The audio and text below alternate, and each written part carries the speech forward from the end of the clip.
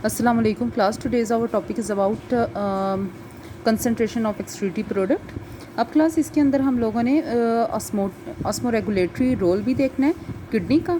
अब क्लास पहले हम लोगों ने जो किडनी का रोल देखा था वो हमने एज अ एक्सक्रीटरी ऑर्गन देखा था, जबकि अब हम देखेंगे ऑस्मो रेगुलेटरी ऑर्गन के तौर पे किडनी कैसे काम करती है।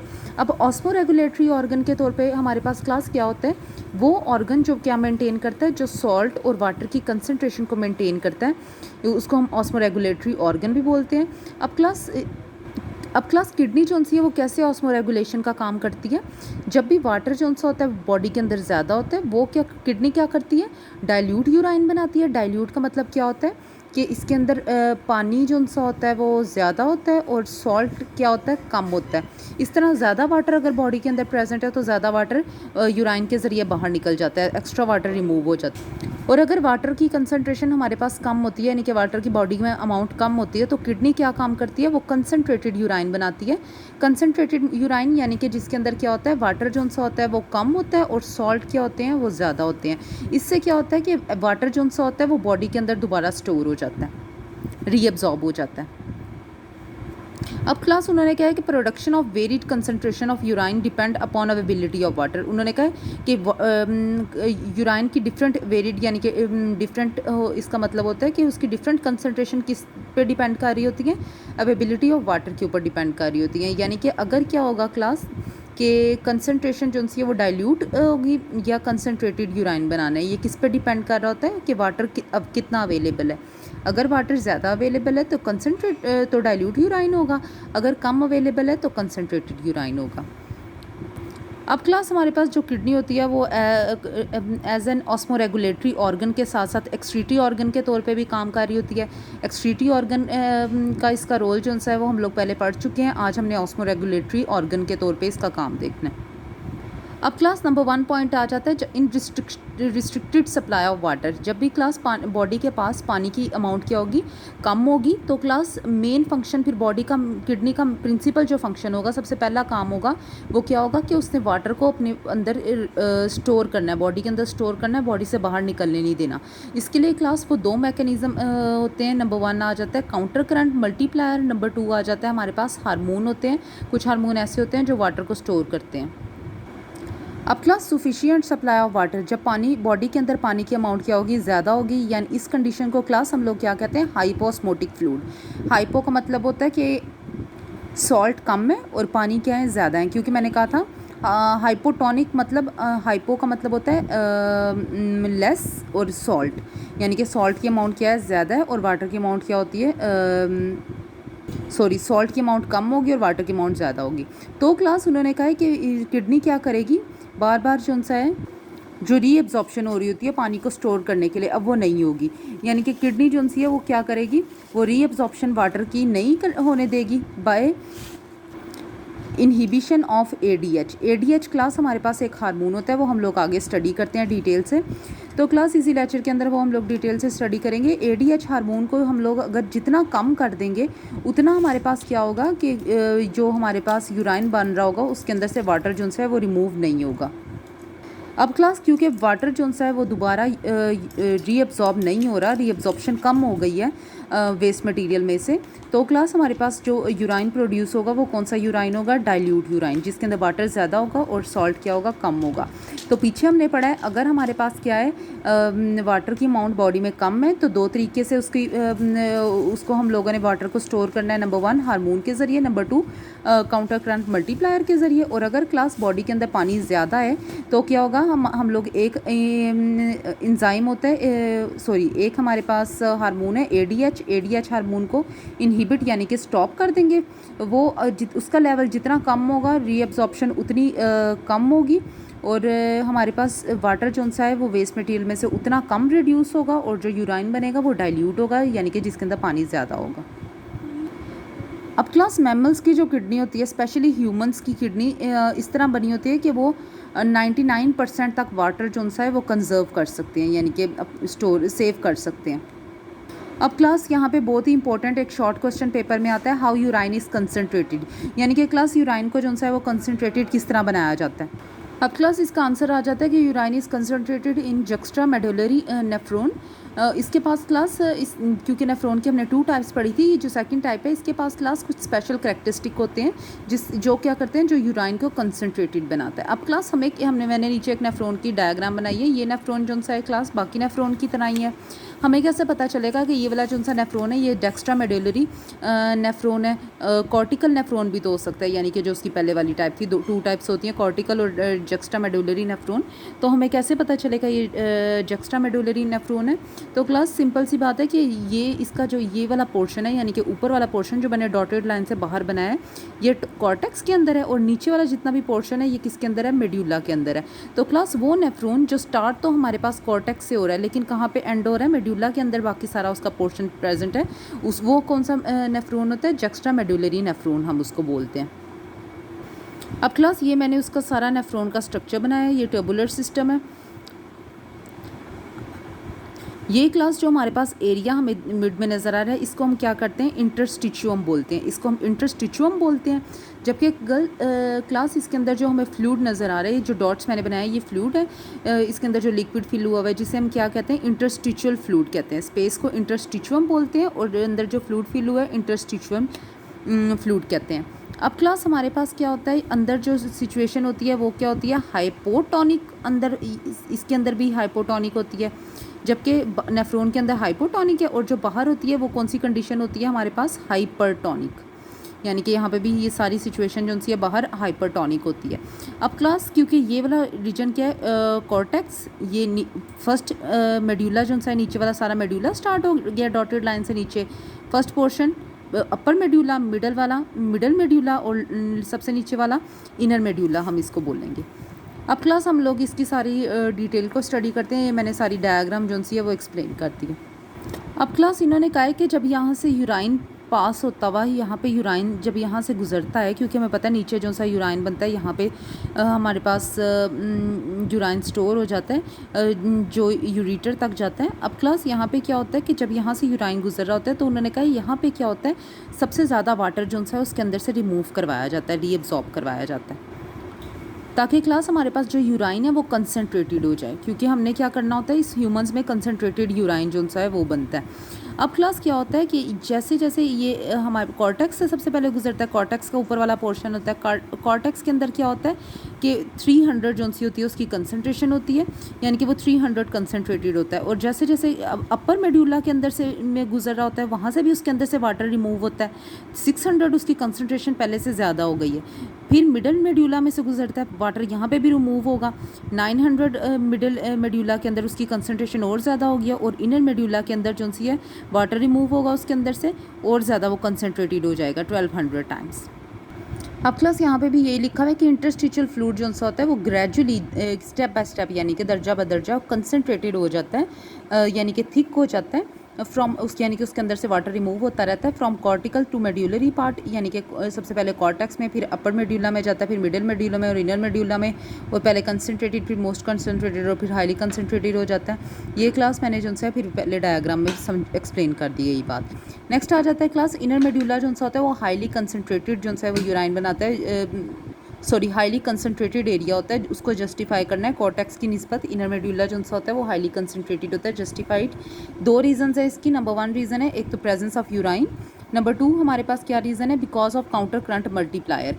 एक तो इसके अंदर यूराइन प्रेजेंट होता है मेड्यूला के अंदर, और दूसरा रीज़न क्या होती है कि काउंटर करंट मल्टीप्लायर एक हमारे पास मैकेनिज़्म है, वो भी हमारे पास किसके अंदर हो रहा होता है, इनर मेड्यूला के अंदर हो रहा होता है, जिसकी वजह से यहाँ पे यूराइन क्या हो रहा होता है, काउंटर करंट मल्टीप्लायर की वजह से वाटर जो सा होता है वो बाहर रिमूव हो रहा होता है, और जो यूराइन है वो कंसनट्रेटेड बन रहा होता है।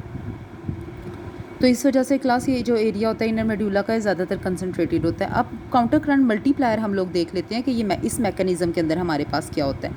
मैंने नीचे डायग्राम एक शो की है। अब क्लास हमारे पास क्या होगा, ये पहले हमारे पास नेफ्रॉन है।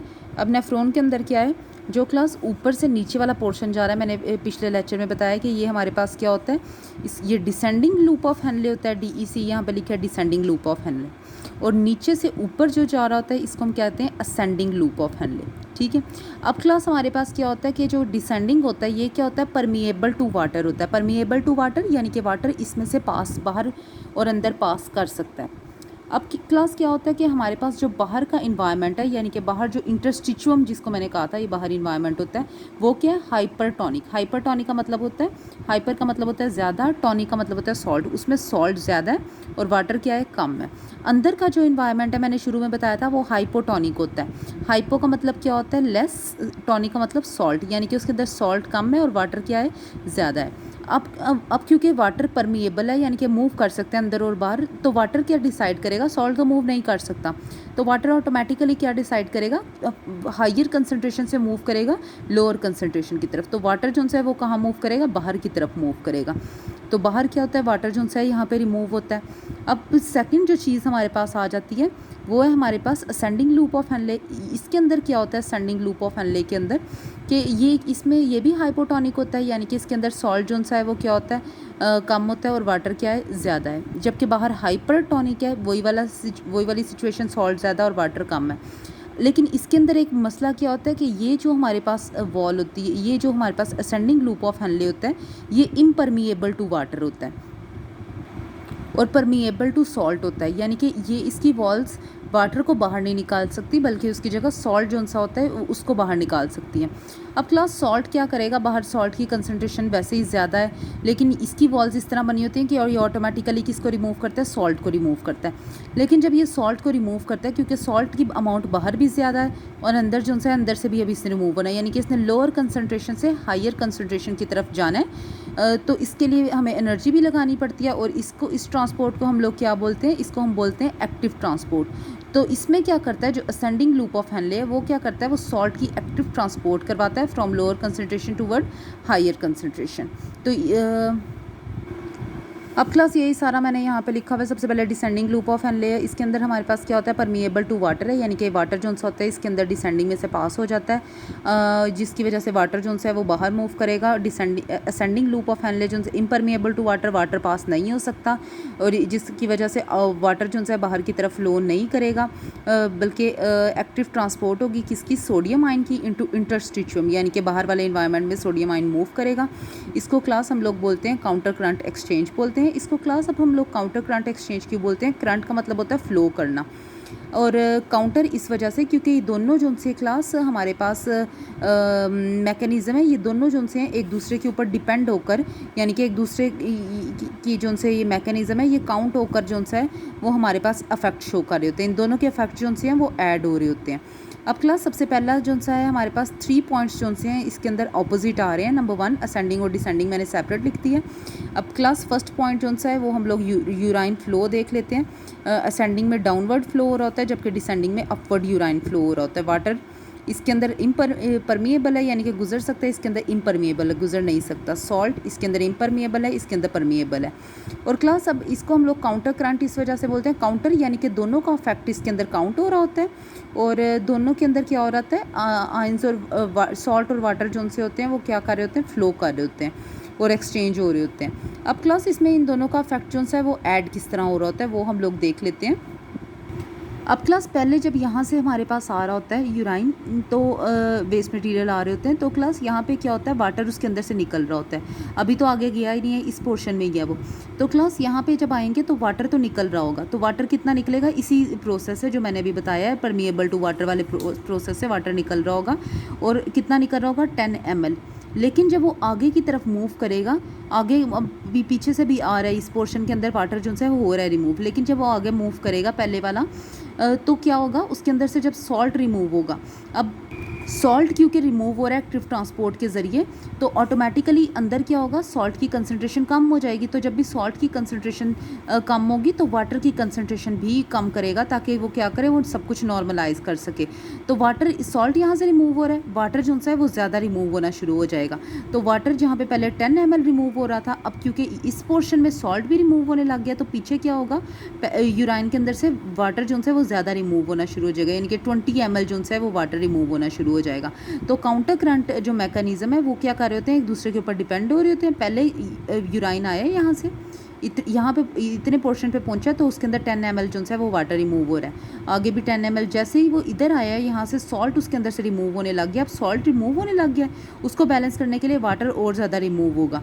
अब वाटर जो है, क्योंकि सॉल्ट की तो पहले भी बाहर कंसनट्रेशन ज़्यादा है, तो बाहर वाटर की कंसनट्रेशन जो है उसको भी बैलेंस करने के लिए वाटर जो है वो ज़्यादा रिमूव होना शुरू हो जाएगा। वाटर जब फिर कितना रिमूव होगा, 20 ml, यानी कि ये दोनों जो है अफेक्ट एक दूसरे के साथ काउंट होकर अफेक्ट दे रहे होते हैं और क्या कर रहे होते हैं, यूराइन को कंसनट्रेटेड बना रहे होते हैं, यानी कि उसके अंदर से पानी को कम कर रहे होते हैं। और बाकी जो वाटर है वो इसके अंदर आकर पहले जो मैंने जिस तरह बताया था वो रिमूव हो जाएगा।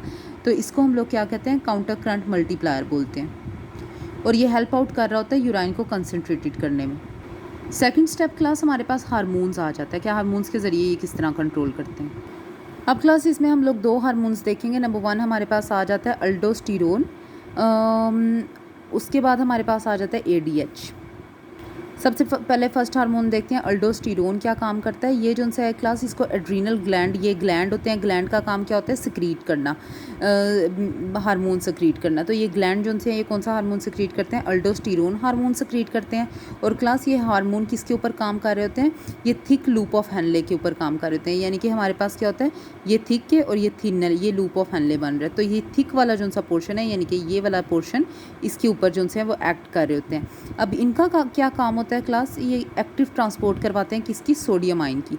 एक्टिव ट्रांसपोर्ट वो होती है जिसके अंदर एनर्जी भी जो है वो लग रही होती है, यानी कि वो, क्योंकि बाहर का पोर्शन भी हमारे पास हाइपरटोनिक होता है, अंदर हाइपोटोनिक होता है, क्योंकि बाहर सॉल्ट ज़्यादा होता है, अंदर सॉल्ट लो होता है। तो वो लोअर कंसनट्रेशन से हायर कंसनट्रेशन की तरफ मूव कर रहे होते हैं, और किसकी वजह से, सिर्फ एक हार्मोन की वजह से, और वो भी थिक वाले पोर्शन में से।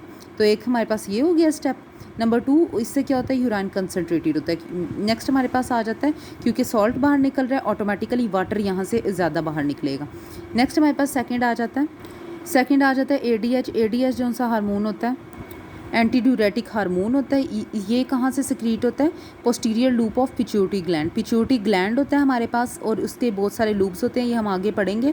और एक लूप है पोस्टीरियर लूप होता है, यानी कि पीछे वाला जो सा लूप है, उससे ये वाला ग्लैंड जो हार्मोन रिलीज़ होते हैं। ये किसके ऊपर काम करते हैं, कोलेक्टिव डक्ट, यानी कि ये वाले पोर्शन के ऊपर ये काम कर रहे होते हैं।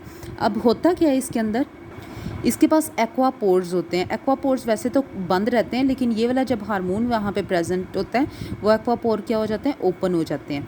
यानी कि मैंने ये बताया था कि इसके अंदर क्या होता है, जैसे जैसे यूराइन नीचे जाता है, वाटर हर पोर्शन में रिमूव होता जाता है। क्यों, क्योंकि इसके अंदर एक्वापोर्स होते हैं। ये एक्वापोर्स क्या करते हैं, वैसे ये बंद रहते हैं, लेकिन जब हमारे पास एंटी ड्यूरेटिक हार्मोन होता है यहाँ पर, तो ये पोर्स ओपन हो जाते हैं, और फिर वो एंटी ड्यूरेटिक हार्मोन जो सा होता है वो उनको क्या करवाता है, बाहर मूव करवाता है।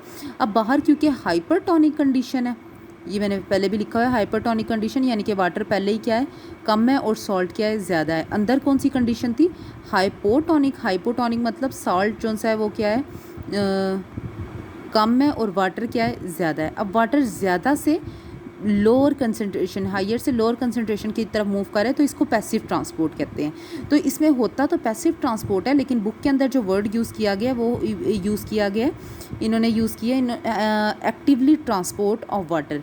एक्टिवली का मतलब यहाँ पे जो सा बन रहा है वो है हाईली, यानी कि तेज़ी के साथ जो सा है, यहाँ से इन्होंने कहा है कि वाटर बाहर की तरफ निकलता है, लेकिन निकलता ये पैसिवली है, क्योंकि हायर कंसनट्रेशन से लोअर कंसनट्रेशन की तरफ मूव करता है। लेकिन अगर MCQs में इन्होंने पूछ लिया तो एक्टिवली के करेक्ट ऑप्शन होगा। एक्टिवली जो है वो मार्क करना है, क्योंकि हमेशा वो बुक फॉलो कर रहे होते हैं। तो बुक के ऊपर जो वर्डिंग यूज़ की गई है वो एक्टिवली है, लेकिन वैसे इसके अंदर जो ट्रांसपोर्ट हो रही होती है वो हमारे पास पैसिव ट्रांसपोर्ट होती है। अब क्लास यहाँ पे एक क्वेश्चन आ जाता है, how hyper tonic environment is maintained in interstitium. यानी कि क्लास ये जो बाहर वाला इन्वायरमेंट होता है जिसे हम इंटरस्टिचुअम कहते हैं, इसके अंदर हाइपर टॉनिक कंडीशन किस तरह मेंटेन रहती है, यानी कि सॉल्ट ज़्यादा रहता है और वाटर हमेशा क्या रहता है, कम रहता है। तो उन्होंने कहा उसको वो किस तरह मेंटेन करते हैं, तो इसको किस तरह मेंटेन करते हैं, विद द हेल्प ऑफ वासारेक्टा। वासारेक्टा हमारे पास क्या होता है, मैंने वो पहले पढ़ाया हुआ है कि कैपलरीज, पहले वाले लेक्चर में बताया था कि कैपलरीज जिसके ऊपर रोल होकर जब यहाँ से गुजर के एक नीचे लूप बनाती हैं, तो इसको हम क्या कहते हैं, वासारेक्टा। यानी कि क्लास ये जो सी हमारे पास कैपिलरीज़ हैं, ये जब गुजरती हैं यहाँ से तो नीचे ऐसे राउंड लूप बनाती हैं, जिसको हम क्या कहते हैं, वासा रेक्टा।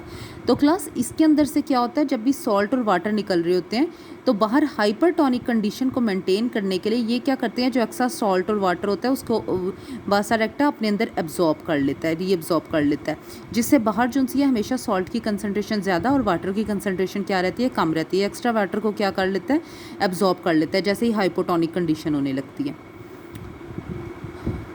अब क्लास यहाँ पे क्वेश्चन आ जाता है how inner medulla is highly concentrated, justified ये आ सकता है। उसके बाद ये आ सकता है how concentrated urine is prepared with the help of hormones या with the help of counter current multiplier, ये भी आ सकता है।